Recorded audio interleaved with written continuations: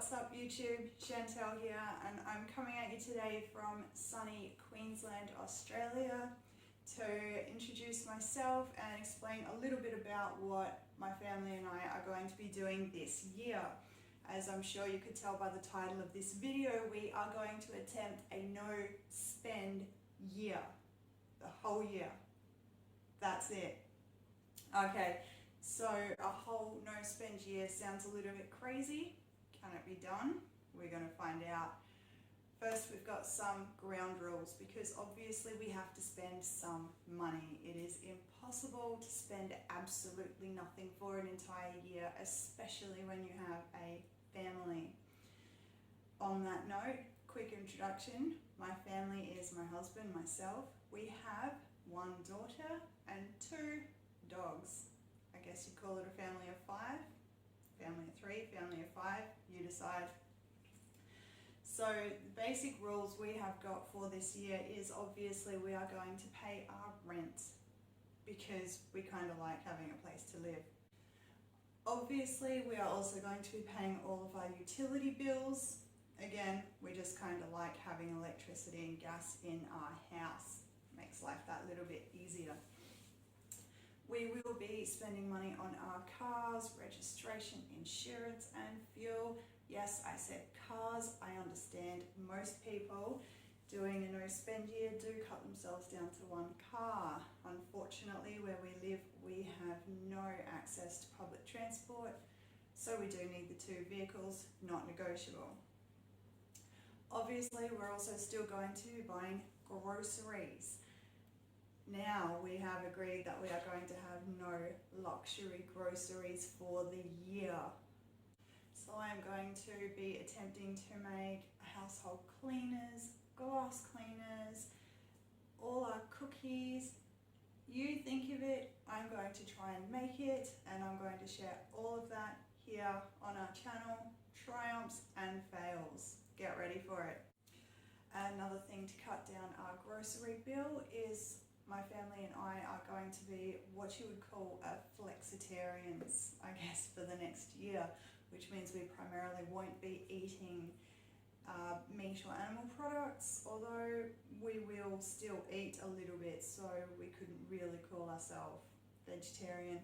It's something we actually started doing a couple of months ago.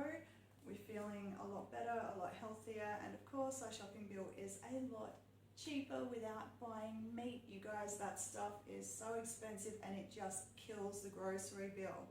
Looking really forward to sharing some of my grocery hauls throughout the year with everyone on my channel. As far as our utility bills go, unfortunately the basics, electricity, gas, they are not negotiable where we live. There is only one service provider and we are stuck with them.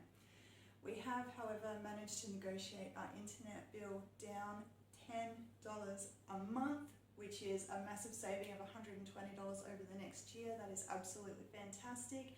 And wait for this one, we have gotten our phone bills from $90 down to a rock bottom $30 a month starting next month. That is a whopping saving of $60 a month on our mobile phones. That is for 2 mobile phones, one for my husband and one for myself.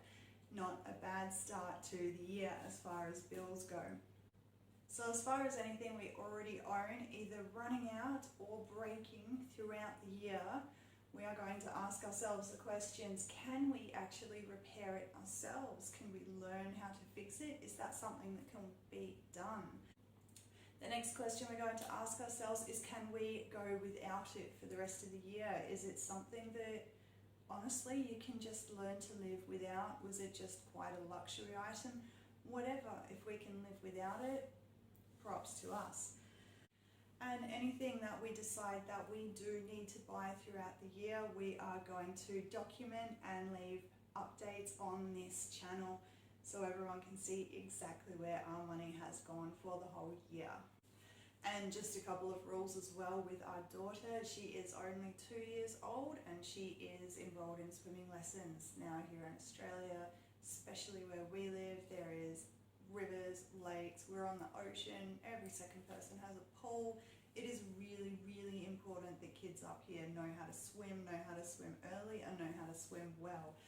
We are not willing to compromise her weekly swimming lessons.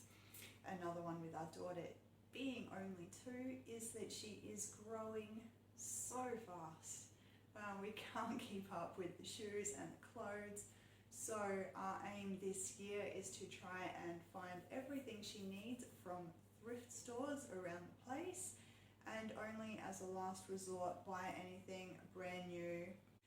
And to avoid any temptation, we have also removed any subscriptions we have coming into our email addresses for shops that we like to shop at. I had a number of sporting goods stores, some clothes stores getting emailed to me all the time.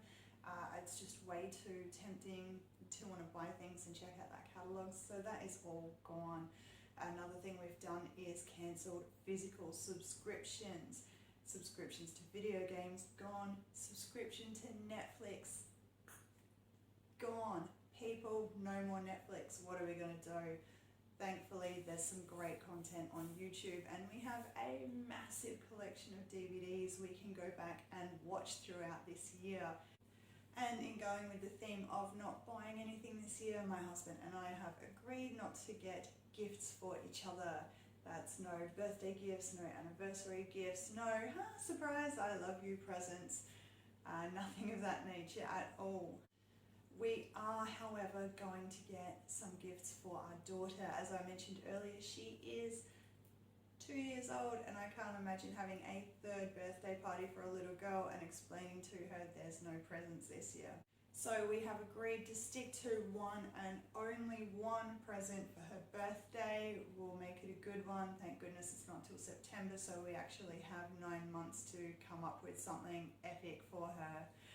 And for Christmas, we're going to do the same thing that we've done since she was born, which is the 4-present rule. Any parents out there, I'm sure you've heard of this one. Something that she wants, that's the present she wants the most. Something she needs that's useful and functional. Something she can read. We love getting her a book every year. And something she can wear, which is also a great way to pad out her wardrobe whilst having an extra present under the tree. Another thing that we are not willing to budge on is some money for our pets. Obviously, we're going to feed them for the year. Apart from that, we are going to make sure we stay up to date with vaccinations, heartworming, flea, tick treatment, all those little fun things. Unfortunately, they do add up to a lot of money by the end of the year, but it's really not negotiable for us either. Another really, really big one for us is we are going to spend the money to fix both of our cars completely to the point of being fantastically operational again. We've had a lot of major trouble with both of our cars in the second half of this year, and it has destroyed our emergency fund. It has been really annoying always having one car off the road or one car not working properly. So the first thing we're going to do in January is get both cars completely working. Now, because we are only human, obviously there's going to be a lot of things we want this year, things that we can't have. So we will keep a list of everything that we want and see, maybe at the end of every month, 3 months, depends on how fast the list is growing, I suppose, what's on that list, what can get culled, see what stays on the list all the way to the end of December. It'll be interesting to see what we can live without. And of course, we'll be sharing that list here with everyone following our journey. I will be posting an update once a week with how that previous week has gone, what we've spent, nothing, hopefully on most weeks. And I think at the end of every month as well, we'll have an update, and obviously one big update at the end of the year with the tallies for everything that we have spent and how this whole thing has gone, what we've learnt from it, what we've experienced, all of that. So why are we doing this to ourselves? Why are we challenging ourselves to a no-spend year? You see people having no-spend weekends, no-spend months, all of that. A year is a really long time to do this. And this is our answer to debt. Basically, we want to get ourselves out of debt, onto an even keel, and set ourselves up for the future. If you would like to follow our debt story, we post almost daily over on Instagram and Facebook, where our platform is much more about us paying down our debt. We give real facts, we give real figures, we're sharing everything over there, no holds barred. Find us at Family Seeks Freedom on both Instagram and Facebook. We would love to have as many people as we can along for the ride, so like this video, and if you want to join the Freedom Fam, come and subscribe to our channel. We will be posting at least once a week and almost daily over on Instagram and Facebook. We'd love to have you with us. Leave a comment, I will get back to you, and thank you so much for watching. Have a good 2020.